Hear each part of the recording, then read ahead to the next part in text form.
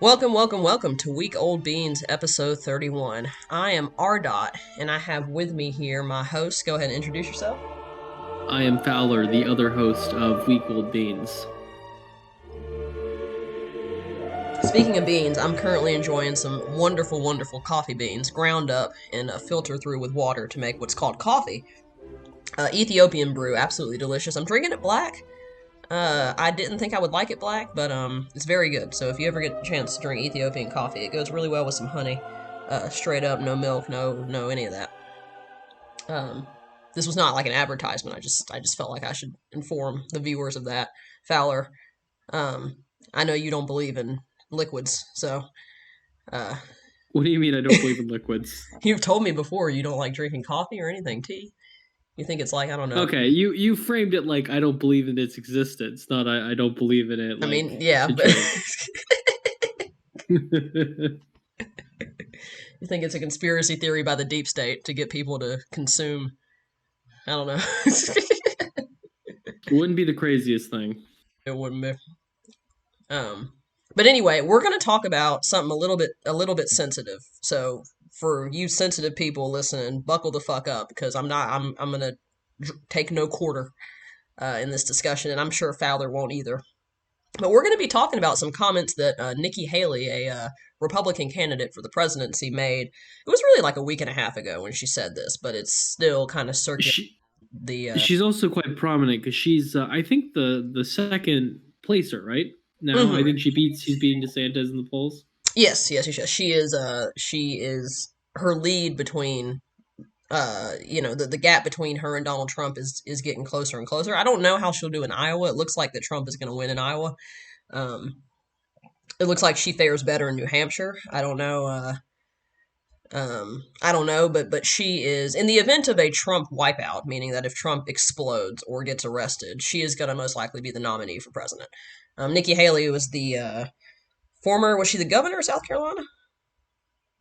Yeah, she was a UN ambassador Yes, she for was. the Trump administration. Is the main Yes. thing she's done. Um, yes. She is, South Carolina. And she made some comments at, I believe, a rally last week that have raised a few eyebrows. And the comments themselves are, whatever, but the meta of this is what I think is really interesting. So, like me, Haley's a Southerner, and can't really go. I mean, I don't want to parse the entire history of the Civil War, but the South and our reaction to the Civil War was not the best. I would say it was cringe and not based.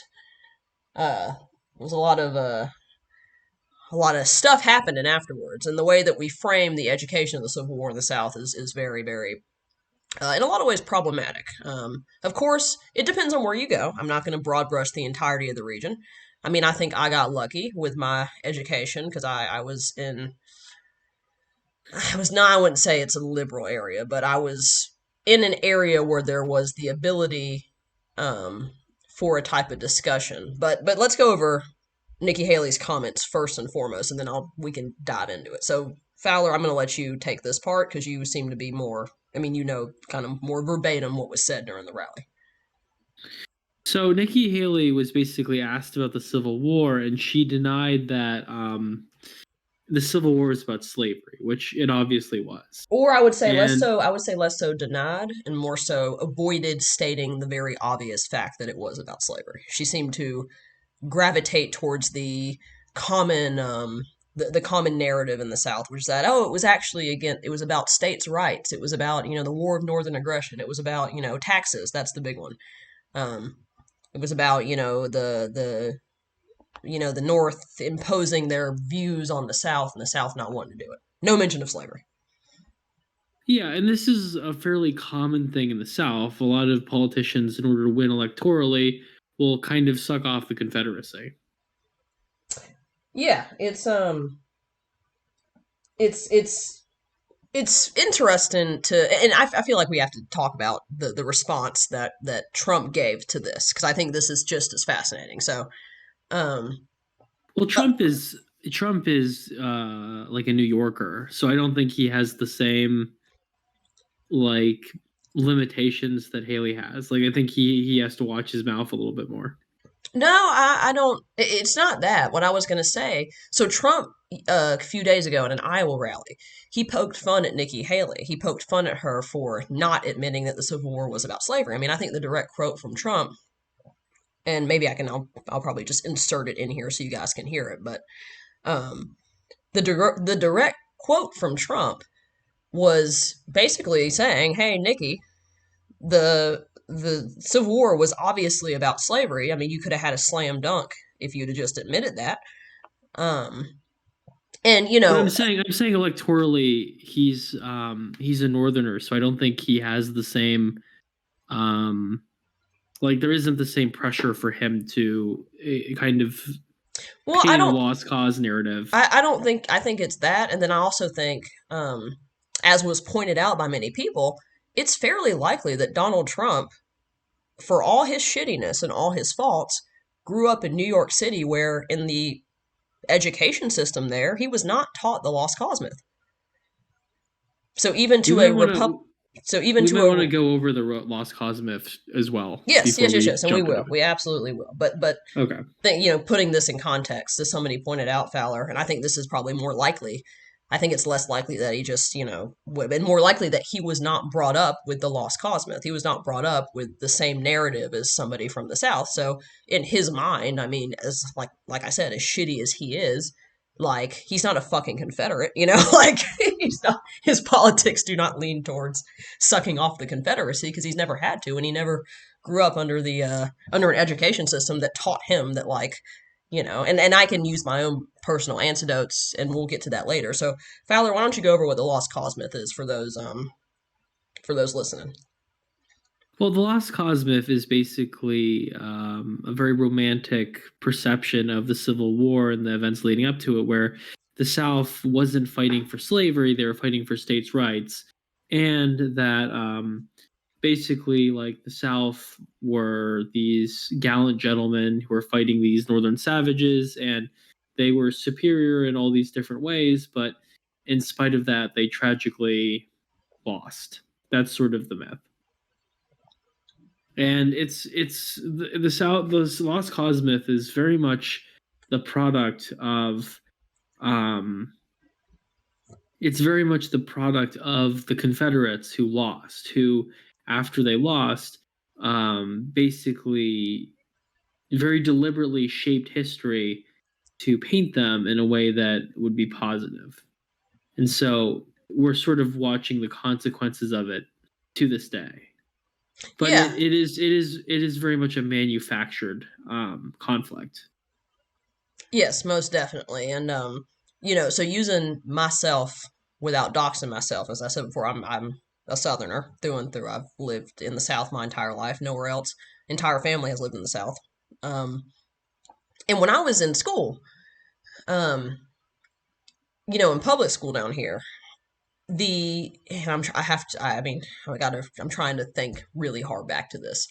The way that the Civil War was taught, um, of course, slavery was mentioned. I mean, I think in even when I was in high school, which was a while ago, of course, slavery was still taught, but the framing of the conflict, the framing of um, the framing of the Civil War and the conflict was obviously, I would say, neutral on its favors towards the South, meaning that, we were not taught that literally, like, the South was gallant and great and the North were sad. We were not taught that. Um, the slavery aspect was downgraded. I believe I remember distinctly when we talked about the Civil War. Um, the primary explanation for the conflict was that the North made the South pay taxes to fund a railroad system that the South did not benefit for. So, and I do think this is a true historical, a true historical account that what sparked parts of the conflict were that the South felt as if the North was utilizing federal taxes to fund infrastructure up north, and of course, the railroads and all that did not extend down far south at all. And I remember we talked about that for a good full day. Um, the slavery issue was very much downgraded to, oh yeah, and they also owned slaves, and like there were some people that didn't like that. And I don't. It is hard giving robust accounts of history. I think is difficult because there are many reasons for why people choose to do the things that they do. But knowing knowing the outcome of sort of the manipulation of history by these Confederate soldiers, who, by the way, after the war, were allowed to enter the government of the South. They were not. There was no Nuremberg trials. Uh, there was no utilization of sort of a cleansing of Confederate sympathizers. When Lincoln was killed, his vice president was a Confederate sympathizer and is largely responsible for why Confederate plantation owners were compensated by the government after they lost their plantations and given uh, today's equivalent of probably millions and millions of dollars in essentially reparations for losing their slaves and their land. Um, so unlike post World War II Europe and post World War II Germany, there was no denazification of the South. Many of the Confederate generals, soldiers, sympathizers, politicians were allowed to kind of just continue being in charge of the South. And of course, when you get your ass beat, but you don't have your guns taken away, what are you going to do? Uh, enter politics and push for uh, Jim Crow, or just create the Ku Klux Klan, which is what I believe it was. Who was his name? You know who I'm talking about, Fowler. Nathan Bedford Yes, Forrest. Nathan Bedford Forrest. You just make the KKK, which is what Nathan Bedford Forrest did. Um, so you want to add on to that, Fowler? Um, yeah, we never denazified the Confederacy, and because Lincoln died, there never really was the same drive to basically like repair the South.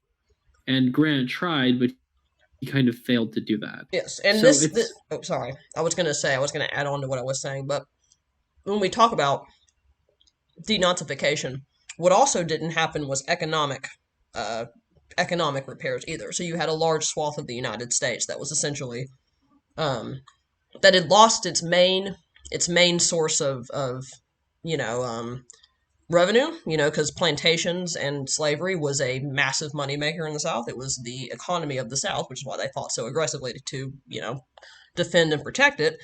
And there was no replacement for that sort of economic system in the South post Civil War. So it was a shit show for everybody involved, yeah, including the and millions of free Black Americans who you know were not given jobs. They had their education was behind that of the majority white population of the South at the time, and who were constantly under threat from uh, angry former Confederates. yeah, and it has to be remembered that the South are not alone. I mean, the Japanese also famously have sort of erased history about themselves to basically say that they didn't do a lot of the war crimes that they actually did, and that they paint the Imperial Japanese Army, a lot of them, as a much more sympathetic force. So this isn't exactly an uncommon um, this isn't really an uncommon behavior. Um, a lot of people who lose wars try their best to essentially frame the wars as being, putting them in the best possible light. The British did this slightly after the Revolution as well. Many of the historical generals of the Revolutionary War um, were highly, highly, highly um, historically, historically sort of manipulated. Um, of course, we look at it from a different light because to us, the likes of Francis Marion and the Swamp Fox were heroes to us, but to the British, Francis Marion and his tactics were. And Francis Marion inspired the movie The Patriot. For those who don't know, he was kind of America's first guerrilla fighter.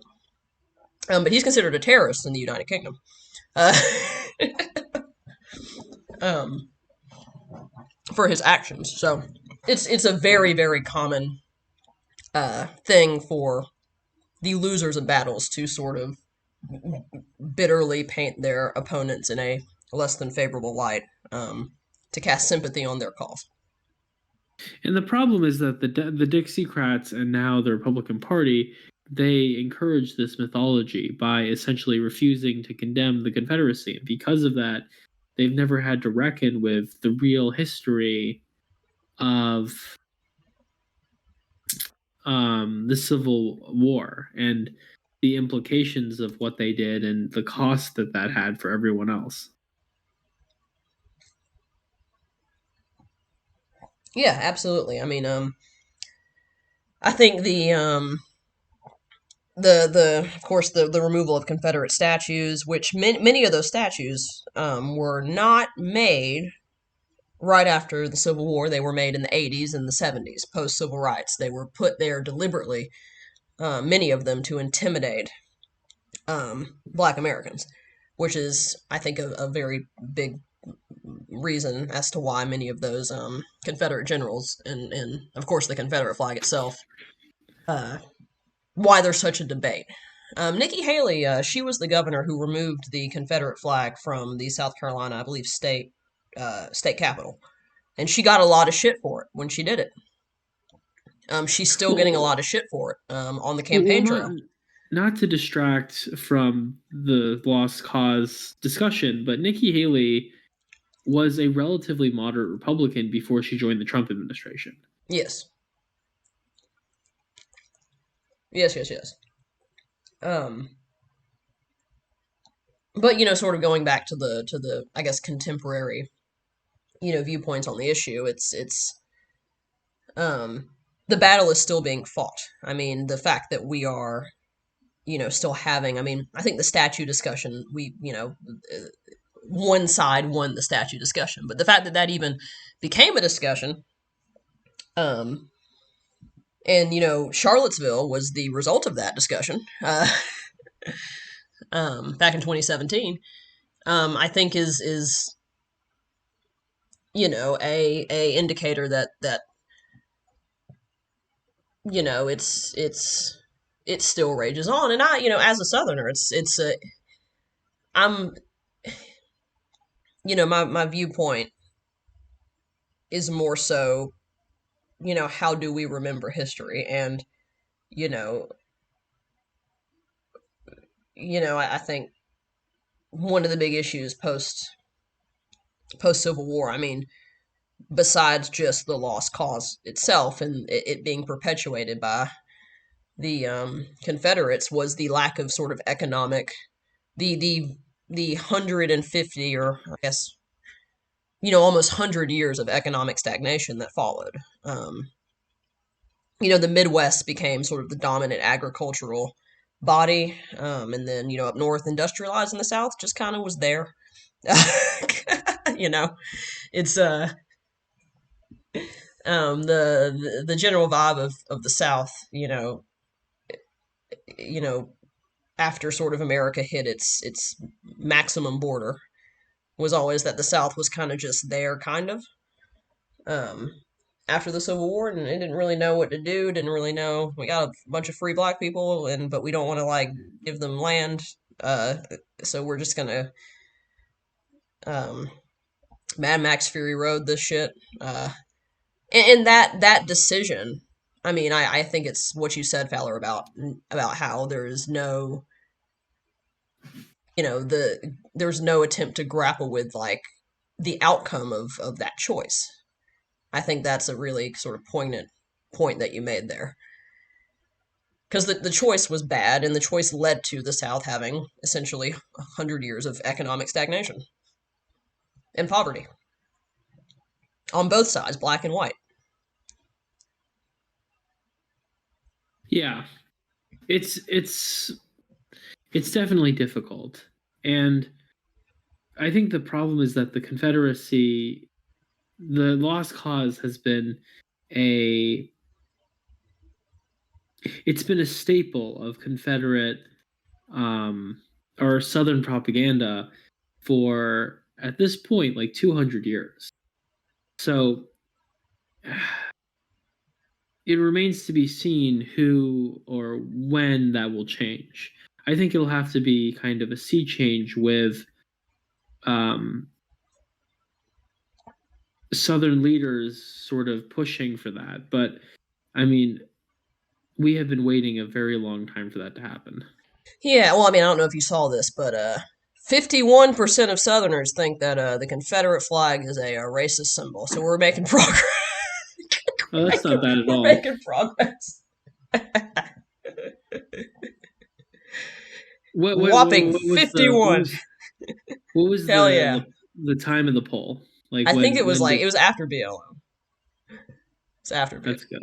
So we you know we're making progress, baby. We got 49% more to go. But I mean, I don't know what the solution is. I mean, I think it's. I mean, looking back on my own education, I mean, maybe it's a good thing that you know, like the slavery aspect was. I wouldn't say it was a footnote, but I would say that it was mentioned and it was condemned. I mean, um, I've seen books from back in like the 1950s, 1960s of in my home state. I mean, and I'm not gonna say where my home state is, but from my home state that basically it basically um, was favorable towards Nathan Bedford Forrest. It was favorable Mhm. towards the institution of slavery itself, saying, well, the blacks are way worse off now than they were back then. We were doing these people a favor, and that was never something that I was taught. I mean, there was definitely a condemnation of the institution of slavery. Um, and I do think teaching the economics of the history is also important. I mean, I would not want it. I think that there's a lot of juicy material um, that's probably too far left for Southern classrooms. Talking about the human capital element, the economics, the idea that slavery was the bedrock of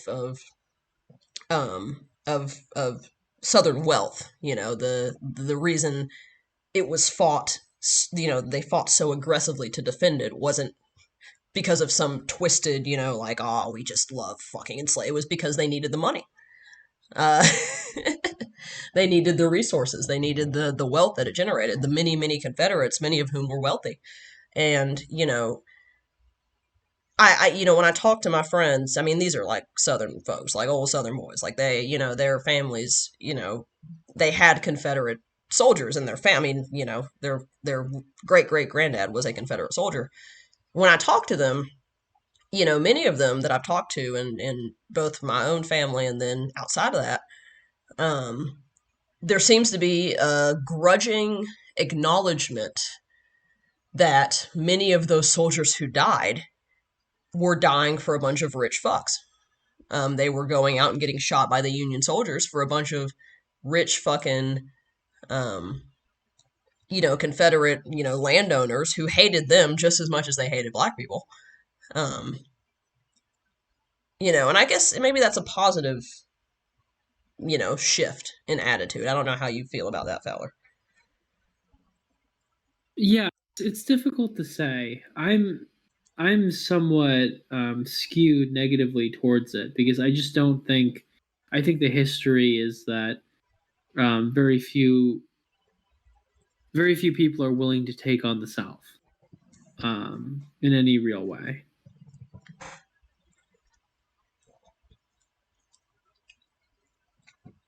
Yeah, I mean it's stereotypes are powerful. I think that's also part of it. You know what I mean? There is a stereotype, you know, and it is a stereotype because it's largely untrue. I mean, um, it's people, it's human beings, it's um, I mean, I'm more neutral on the issue because I'm from here, so I feel kind of guilty talking shit about my own region, and I do think a lot of it is stereotypical. I mean, I remember reading some that, somebody said that the town that I live in, it was just somebody online, talking about, oh, the town, here's a list of sundown towns in the South, and one of them was the town I currently live in, and I was like, that's not a fucking sundown town. I don't live in a fucking sun. I can tell you right now, I don't live in a damn sundown town. You know, 100 years ago it was, but that was 100 years ago, and it's the demographics have shifted, the politics have shifted.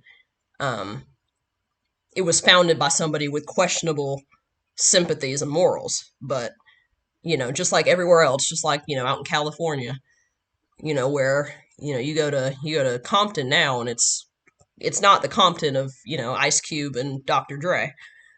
Um, Things change, and you have to be careful not to get stuck um, in one mode of. You have to be careful not to get. You have to remember that time moves linearly, and when you're reading something, however disgusting or gross it is a past event that you're reading. But I don't think that's a matter of politics. I think that's just how our brains work. We read something about a place we've never been to, and we expect it to be the same as it was back then because we've never seen it, and it's that's the context through which we view this area. Um, but I think you've said this before, Fowler, that there has to be sort of a broad cultural shift to eliminate, or at the very least, to contextualize the narrative of the lost cause in a way that is truthful and more robust. Yeah, I think that's definitely the case. Um, but the lost cause will continue to be propped up by racists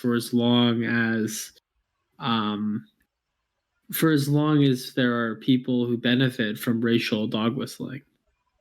I mean, that's the truth of the matter. Yeah, I mean, because it's an easy myth. I mean, for many of the Confederates, they viewed themselves genuinely as, following in the footsteps of the Revolutionary War, and the sort of broad populist ideology of, folks like Thomas Jefferson, and it resonated with the South.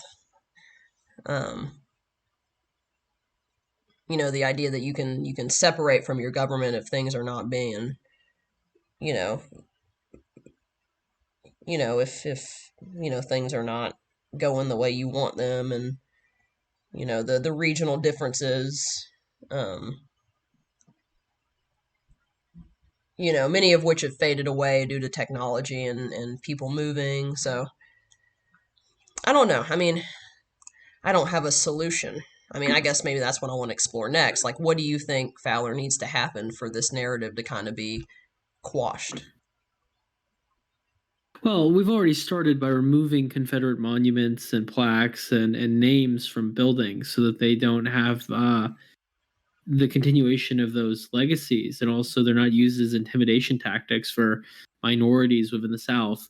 I think also revamping education would be really important, making sure that when we do teach schools, there are federal statutes that ensure that, like, well, not like Florida, where there are textbooks that say that slavery benefited African Americans, like that they really teach actual history. And I think the other thing is, within the South itself, citizens need to fight against the lost cause myth, and they need to advocate for teaching the real history and really coming to terms with um, the the messy implications of the Civil War and why it was fought, and how a lot of those ideas are still very much rooted in America today.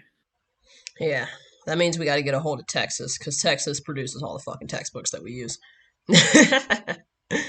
That's another I, big. That's another big.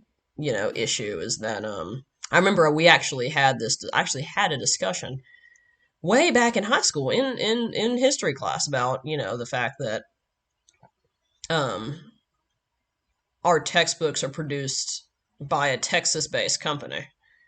Um, and I mean, it goes back to our last podcast about how do we teach history. I mean, I kind of I want to, I looked at the review, the new AP, or I guess adjustments to AP African American history from Florida. I researched the aspect where you know um in sort of the new curriculum it states that you know African Americans quote unquote benefited from slavery, and I will say, and this is not a defense of DeSantis or a defense of the adjustments made to the course. I will say it is, when I looked at the intention, because the new course was redesigned by all Black American scholars. It was not sort of like white scholars, um, revamping the curriculum. It was all of the people who worked on the new AP African American course were Black. And the head of the revamp, the person who was primarily responsible for revamping the course, he made the point, and I think this is also sort of a tricky situation, where he made the point that the reason they added the idea that, because the actual specific quote from the new curriculum states that when Black Americans were enslaved, they were able to pick up skills from, various sources and use them to either escape um, or make an income on the side, which is not untrue.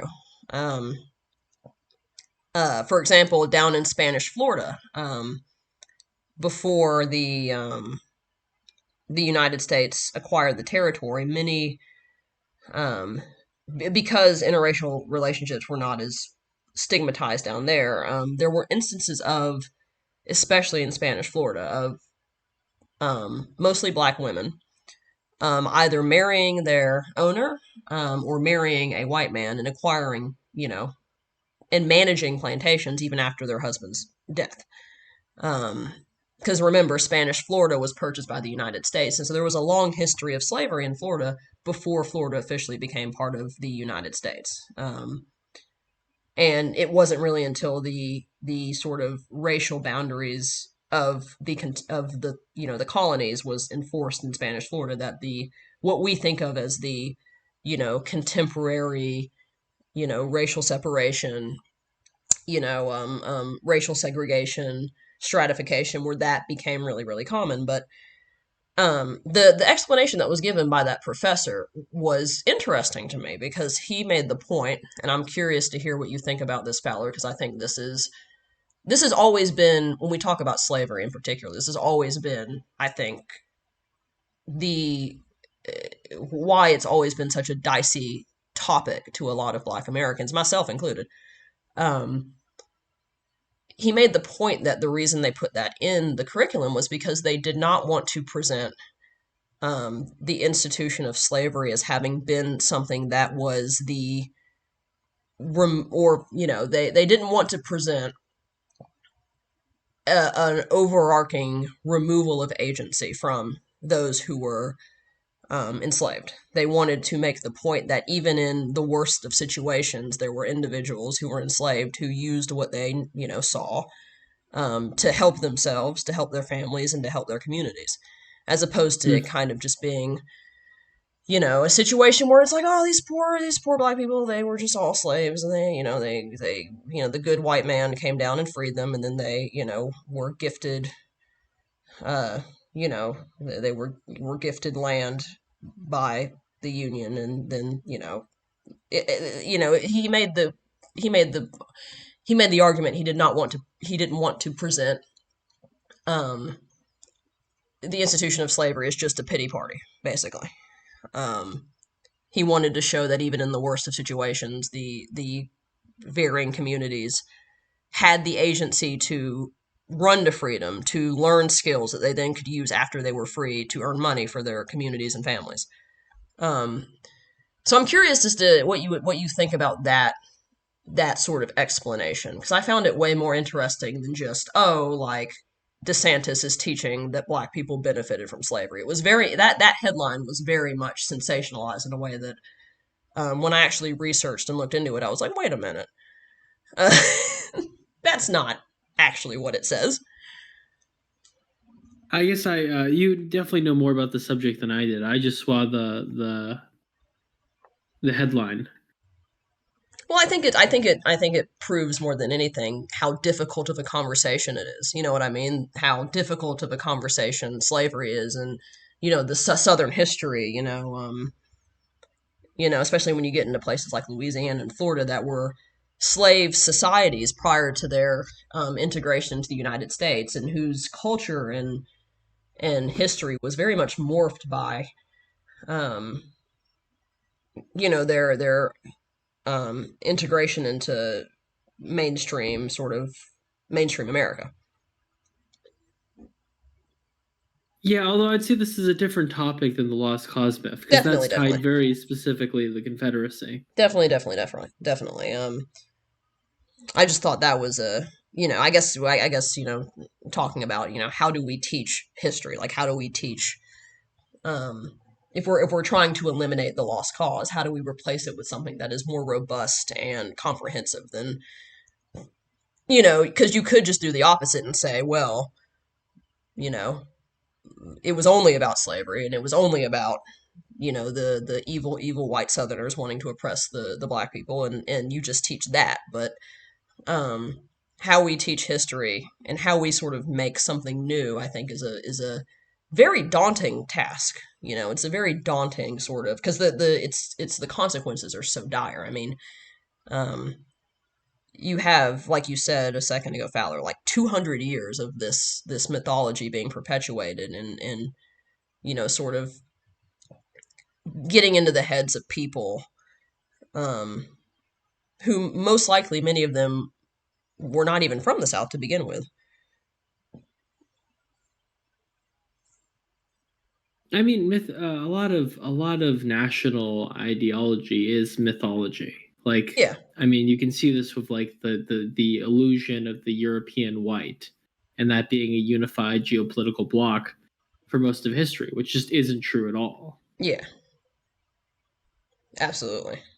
I think always history's narratives are going to be to some degree mythology, but the Or question is what narratives are benefiting from that mythology. yeah, exactly. I was just about to say it's the mythology always serves a purpose. Sometimes a good purpose. I mean, I've talked about, civic religion before and the idea that America, because it's not a nation founded on religious principle, kind of needs the existence of the founding fathers and sort of a unifying ideology to keep it functioning.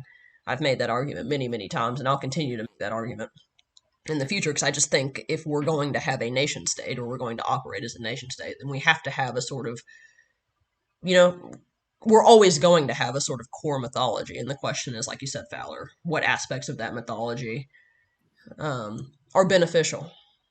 Um, What time are we running at, by the way? we're actually 38 minutes.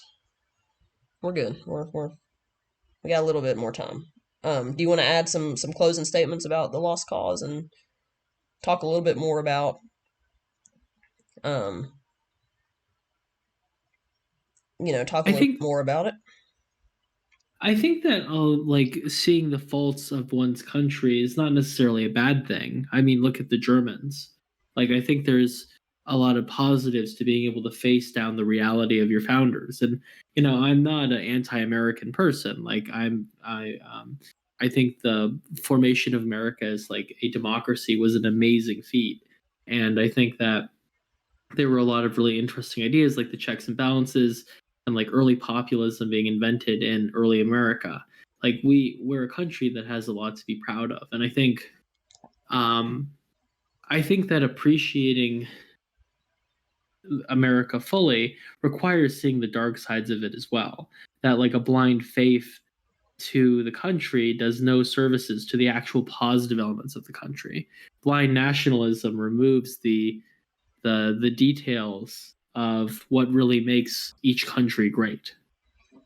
No, absolutely. Well, America's, as many have pointed out, are one of America's most amazing, abilities has been our ability, or sort of our ability to absorb essentially like thousands of different types of people. I mean, you look at the demographic history of the United States, and it is really astounding that we've managed to last, since the 1700s, and we've essentially absorbed people from all over the world. I mean, not just Europe, but and we've made it work as a concept. We've managed to become a world power. I mean, the most powerful country to ever exist. Um, and we've done that by being really, really intelligent with how we absorb sort of the best of the best. I mean, look at Oppenheimer, look at Albert Einstein. I mean, the country was bright, and we probably would have gotten more had we been not turned away a boatload of Jewish people. Um, but but on the flip side, we absorbed a lot of Nazis after the war too, and they contributed heavily to our space program. I mean, there is a the Cold War, and why we did the Cold War. I mean, it is difficult, and we're much worse than a lot of European countries. I mean, the blind faith to America is definitely way more prevalent here than in any European country I've been to. You ever been to France? Anytime Macron breathes incorrectly, they throw a fucking bathtub through his window. They don't give a fuck over there. But France is also on their fifth republic. Yeah, they're big balling, you know. They do seem. It's hard to tell because I feel like the Europeans have dipped into sort of fascism earlier than the Americans did. But I don't think. Oh well, yeah, because they literally did. They dipped into fascism way before we did. They balled too hard with Yeah. one guy. Decided to go in But sicko mode too early. so they have their problems too. I think they like they don't a lot of them don't have the checks and balances and sort of like the conservative system the Americans have to preserve our democracy. Like a lot of European countries don't have those handrails, and so it's a Yeah. lot easier to take over, Well, which they've been helps them also in some been. ways because it means they can pass reform and policy way easier than we can. But it's bad in that if you elect a moron to be in charge of your country and he ends up being a fascist, then he can end democracy. Yeah, it's and also you have to remember too, Europe, especially Western Europe, has been fighting other. They've just been at war all the time, all the time. I think the existence of the European Union is like the only thing that's kept. It's like another the history of Europe has just been, and that's in that in a way. I mean, if you read Guns, Germs, and Steel, Jared Diamond makes the point that warfare actually benefited most of Europe because it forced them to constantly update their infrastructure, constantly update their military. And by the time they could expand into the rest of the world, they were able to do that. They were able to have the military power to do that. Yeah, there's a really great book called The Dictator's Handbook, which kind of makes the point that like authoritarian regimes are actually incredibly inefficient, and like they will generally lose to democracies because they don't create like the civil service bureaucracy and they don't necessarily breed competence in positions of leadership because it's often nepotism and corruption. So, in a weird kind of way, um, democracies are just the most efficient form of government in terms of being effective and being expansionist. Yeah, definitely, definitely. Well, we are a little bit we're out of time, so I'm going to let you sign us out. Do you have any closing statements about the lost cause and stuff like that?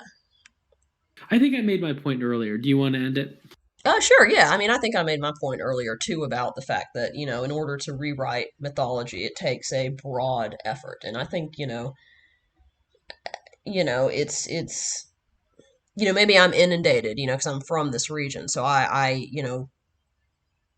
you only know what you know. I mean, if you grow up being taught something, it's um that sort of becomes your reality, and it's very hard to get out of that mindset. And you know, I think when it comes specifically to the lost cause, I mean, the more politicians play into that narrative, the worse it gets. I mean, that really is going to have to be that is really going to have to be the sort of um the the solution. And it's I just think it's really funny.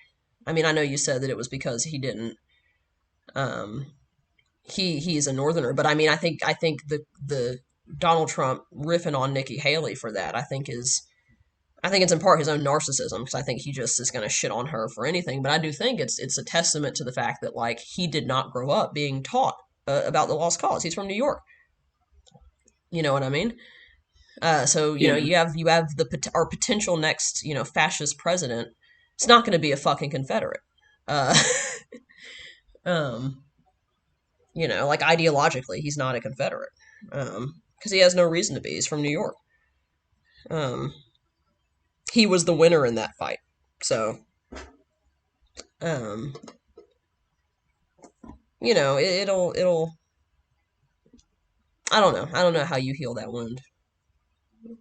You know, but I think it's a good sign the Republican frontrunner for all of the racism he dips into is not a pro Confederate.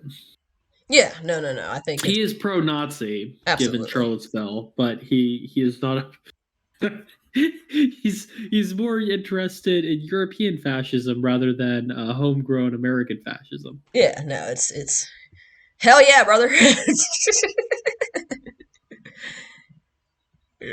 um, I bet his base is confused, like his Confederate Southern base, just like what? What? Huh? What do you mean? It's mad. Um, but yeah, so you guys let us know what you think in the comments about the law. Don't actually don't tell us what you think about the lost cause. Don't do that. I don't want to hear y'all's opinions about that shit. Um, We're all gonna get on a watch list. yeah, don't. It's gonna be some dude in the fucking comments.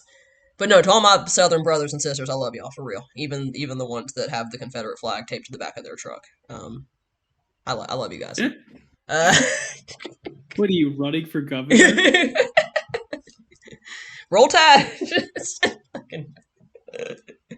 It's like that Dave Chappelle sketch, the blind dude. Yeah, the blind It's Klansman or gonna it's gonna whatever. be me. What? I can't see. All right. All right. Anyway, now let's just end it on that fun note. Thank you guys so much for watching, and we'll see y'all in the next video.